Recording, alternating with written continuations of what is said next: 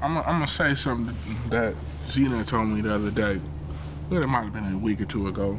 Gina said, y'all ain't dead, y'all not in jail. So y'all succeeded. So we won. Exactly. We won.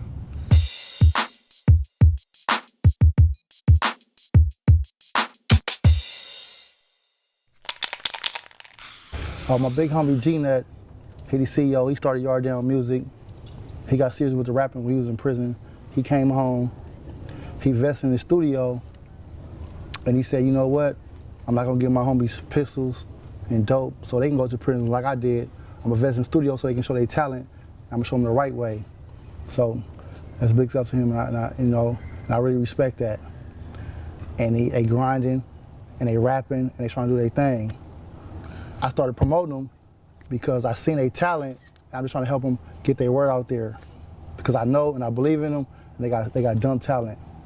You know, shout out to Todd Dollar Sign, Joe Moses, Mitchie Slick, Mr. Fab, YG, the list goes on. People that we collaborated with and did music with. It was me, Lil Stretch, Joe Moses, Lil Yak from Harlem, and Buka from Harlem. We went to jail for burglary, 4 residential burglaries. We did time together. Yeah.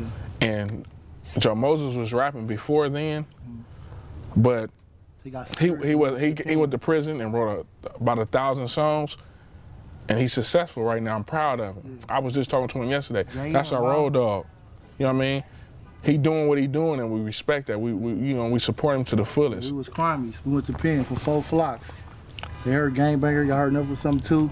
He talking about that. We really did that. It's a true story. It's a true story. So we started off banging. We went to the pen. He came home rapping. Me and him, we started working. And that's what it is. We're grown men now. Yeah, Nipsey Hussle's a real dude, man. Besides where he from, he a real dude. I met him. I liked him. I like his music. So you know, real recognize real regardless. I seen him Christmas Day in the Slaughterhouse. I took a picture, Instagrammed it, Twitter, Facebook. Some of my homies had something to say behind our backs, but we don't give a fuck. Could never say nothing to our face. So it is what it is. I don't give a fuck where a person from. They make it real music, and they a real person. I'm gonna fuck with them. Shout out to Nipsey Hussle, man. Keep doing your shit, man.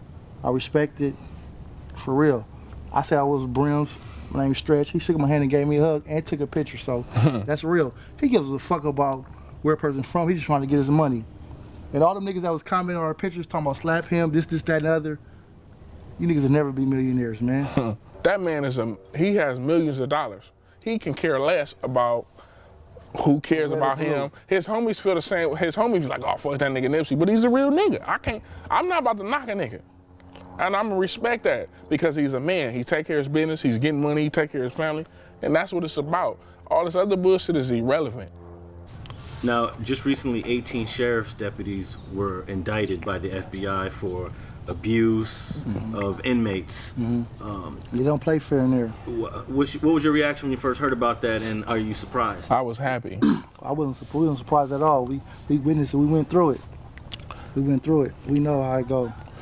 I was happy. The deputies and we got the inmates against us as a black people. I was sad, but the black race, we don't stick together. A black deputy, we call them Oreos.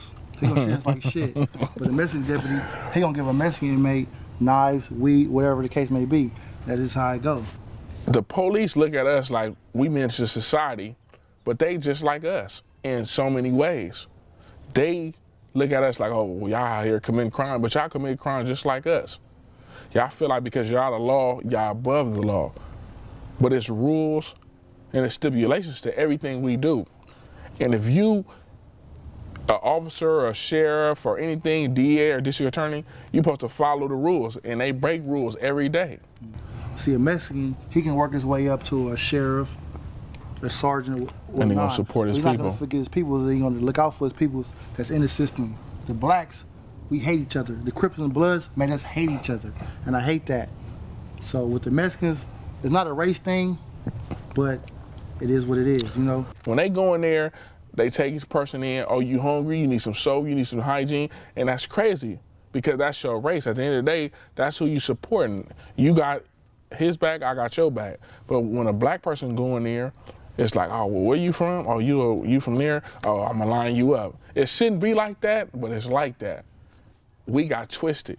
because BGF set a foundation so we could be like that. But everybody feels like, oh, well, I'm a blood, I'm a Crip. At the end of the day, we all black. Only thing we out here to do is to protect our community. This is our community, this is what we represent, and this is all we got. That's all we got.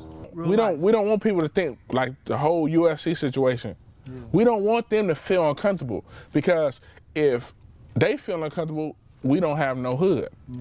If they feel comfortable, we help them. We got enough take their groceries in, take their trash in. Every corner. We want them to feel comfortable so we can hang out. Yeah. We want that. We don't want them to feel uncomfortable where they like, oh, we can't go downstairs because we think that the Fruit Town Brim is gonna do something. We want the USC students to feel comfortable, because just as much as that's our hood, that's your area, because y'all came from way from somewhere else out of state, to come to school to get y'all education, and that's it's important. I'm 100% with education, exactly, because we have kids. We wish we could have went to SC. Man, I wish I could have went to SC. We wish that was us. What about on the north side of campus where the Harpies are? Because I noticed they have to interact with the Fruit Towns, and they got to interact with the Harpies on the north side. Is it like closer to Adams? Yeah, like closer to Adams. Like when you go down, I mean, for example, Hoover. That's more like Hoover. That's more like the 20s. No, but we can't. Honestly, we can't speak on what the Harpies gonna do or what the 20s gonna do, but we know what the Fruit Town Brim's gonna do. That's two different. That's three different gangs in one. But as in on Vermont, the University Gardens, from Jefferson to Exposition or to King, they okay. I didn't have a father. My father got killed when I was like 7 years old. So the whole time I was growing up, I always said, you know what, if I ever have kids, I'm gonna be there as a man. I'm gonna take care of mine. You know, I had to prove myself. I had to get out with a couple homies. Motherfuckers try to press their issue, but I'm still here, still doing my shit. Ain't no salt on my name, you feel me?